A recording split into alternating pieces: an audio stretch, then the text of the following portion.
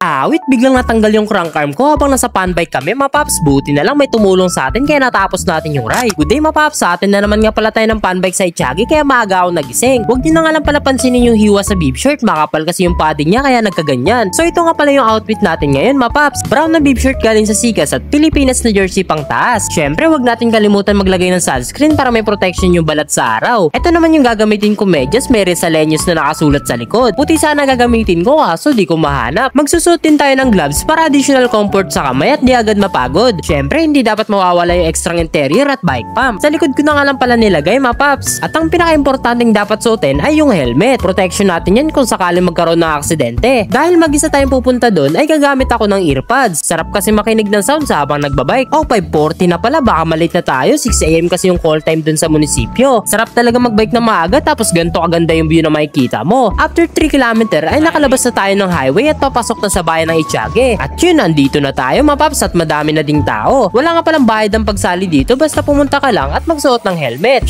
Pinakawalan na kami. Sa San Juan Itiagi nga pala ang ruta namin. Chill ride lang tayo ngayon para mapag-video at hindi mabigla yung hita. 1 week din kasi akong hindi nakapag-bike. Paglabas ng highway ay naglaratrata na sila, mapaps. Ayoko sanang sabayan yung takbuhan nila kaso di ko mapigilang humabol. Nakaka-enjoy din kasi makipaghabulan at pwede ka naman tumutok para makapag-save ng energy. Andito na nga pala tayo sa Garit Norte at malapit-lapit na din yung finish line dito. Kaso biglang natanggal yung crank arm ko pag overtake ko sa kaliwa. Buti na lang may escort na nakasunod sa likod at siya yung kumuha ng nalaglag na crank arm. Pinahiram niya din ako ng tools kaya nakabit ko ulit yung crank arm kaso wala na yung crank cap. So salamat ka pala kay kuya at sa mga huminto para i-check tayo. Syempre tuloy pa rin natin to, andito na tayo eh. Dahan-dahan na lang tayo sa pagpapatakbo at baka matanggal ulit. Narating na din natin ang barangay ng San Juan. Bali pipila lang tayo para makakuha ng libreng pagkain. Solid to, hindi tinipid. Support nga pala natin tong si Idol, mapaps, nagsisimula pa lang siya mag-vlog. Pagkatapos kumain at picture taking ay pwede na kaming umuwi. Dami nating nakasabay pa uwi, yung iba taga Santiago, Alicia, Angadanan, Itiagi at Kawayan. So hanggang dito na nga lang pala, mapaps. Salamat sa panonood, ride safe palagi.